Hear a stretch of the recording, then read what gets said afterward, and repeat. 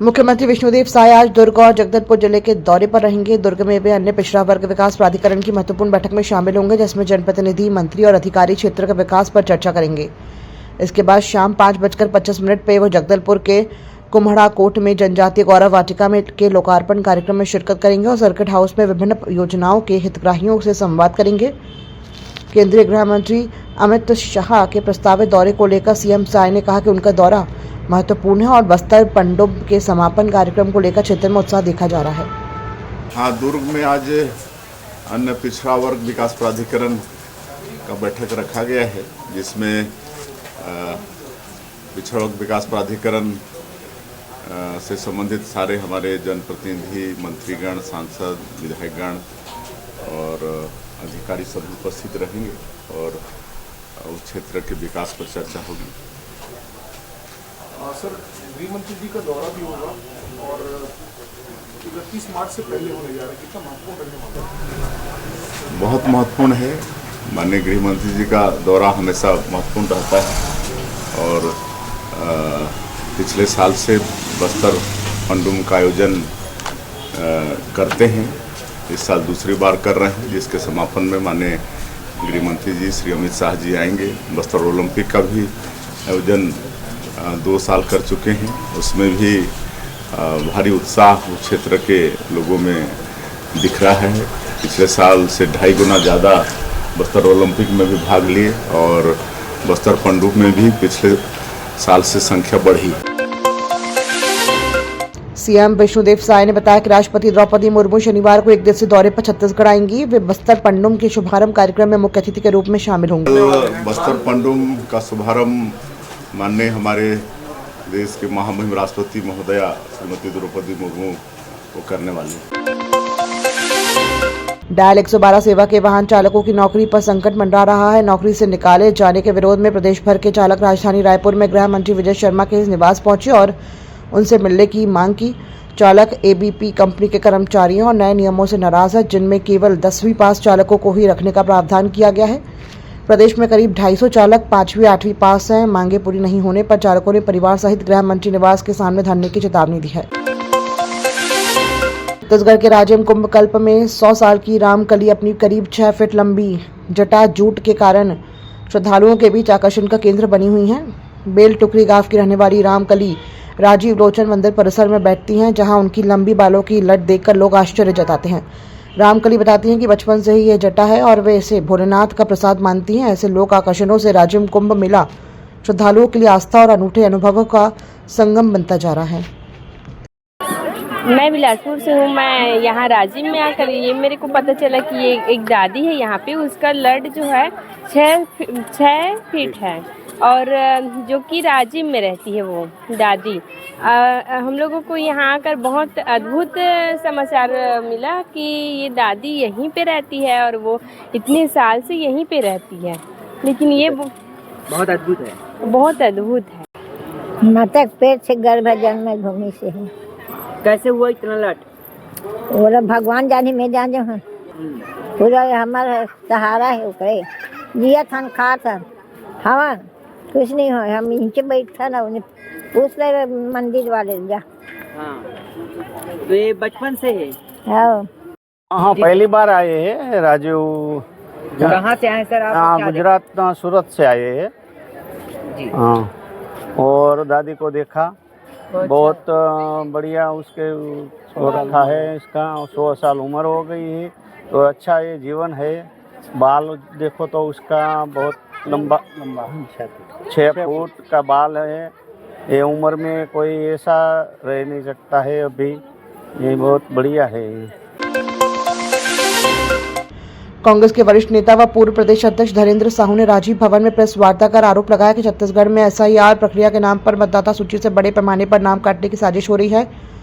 उन्होंने कहा कि प्रक्रिया को जटिल बनाकर गरीब, ग्रामीण, अल्पसंख्यक और बुजुर्ग मतदाताओं को मतदान अधिकार से वंचित किया जा रहा है। साहू ने अभनपुर विधानसभा क्षेत्र का उदाहरण देते हुए दावा किया है कि करीब 719 जीवित मतदाताओं के नाम गलत शिकायतों के आधार पर हटाए जा रहे हैं। उन्होंने निष्पक्ष जांच, दोषियों पर कार्रवाई और सभी पात्र मतदाताओं के नाम तत्काल बहाल करने की मांग की। कांग्रेस ने चेतावनी दी है कि इस मुद्दे पर पार्टी हर स्तर पर संघर्ष करेगी। एसआईआर ये भारतीय जनता पार्टी अपना पूरी तरह से जनाधार खो चुकी है और विभिन्न माध्यमों से गड़बड़ी कर ये उन मतदाताओं को जो उन्हें वोट नहीं देती, उन्हें चिन्हित कर उनको वोट देने से वंचित किया जा रहा है। जो हमें प्रजातंत्र ने हमें सबसे बड़ा जो संवैधानिक अधिकार दिया है एक एक मतदाता को मतदान करने का, उससे वंचित करने का जो षड्यंत्र इन सारे प्रांतों में जैसे कि चल रहा है, हमारा छत्तीसगढ़ भी इससे अछूता नहीं है। छत्तीसगढ़ में भी, और मैंने अपने विधानसभा क्षेत्र अभनपुर में ही इसका पूरा प्रमाण सहित उदाहरण मैंने पाया। जब मैंने जो अभनपुर के निर्वाचन अधिकारी है उनसे मैंने जानकारी प्राप्त मांगी कि फार्म नंबर 7 जिससे नाम विलोपित करने का काम किया जाता है, और जो फार्म नंबर 7 वो होता है जिससे सिर्फ नाम विलोपित करने के लिए, चाहे वो मृतक के व्यक्ति के परिवार के द्वारा स्वयं आवेदन दिया जाए या जिस परिवार के लोग बाहर चल दिए गए हैं उसके परिवार के द्वारा या तो आवेदन दिया जाता है या स्वयं के द्वारा आवेदन दिया जाता है कि मैं अब यहाँ नहीं रहता, वहाँ रहता हूँ, मेरा नाम वहाँ से विलोपित किया जाए। ये 2 प्रक्रिया है।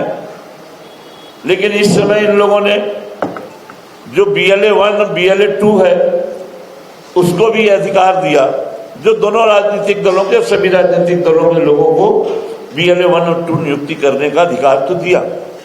लेकिन जब हमने उनसे नाम मांगा तो मेरे ही अभनपुर विधानसभा क्षेत्र में लगभग 21,000 लोगों के नाम फार्म नंबर 7 से काटा पाया गया। ये 21,000 नाम थोड़ा बहुत नहीं। मुझे संदेह हुआ कि इतने नाम कैसे विलोपित हो सकते हैं, इतने लोगों ने फार्म नंबर 7 कैसे भरे होंगे। मैंने पूरी विस्तृत जानकारी मांगा तो उन्होंने सिर्फ BLO के द्वारा जो शिकायतें प्राप्त हुई थी, जो रिपोर्ट प्राप्त हुई थी, वो काफी मुझे उपलब्ध कराया गया। हमने कहा कि जो BLA और BLA 2 राजनीतिक दलों के हैं उन्होंने कौन कौन सी आपत्ति किया, हमें वो काफी चाहिए। उसको देने से मना कर दिया।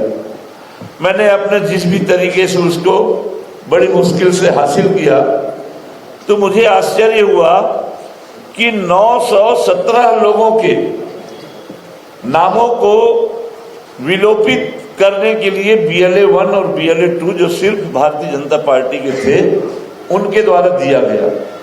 उनसे मैंने पूरी सूची प्राप्त करी। ये पूरी सूची है पूरे 914 लोगों की।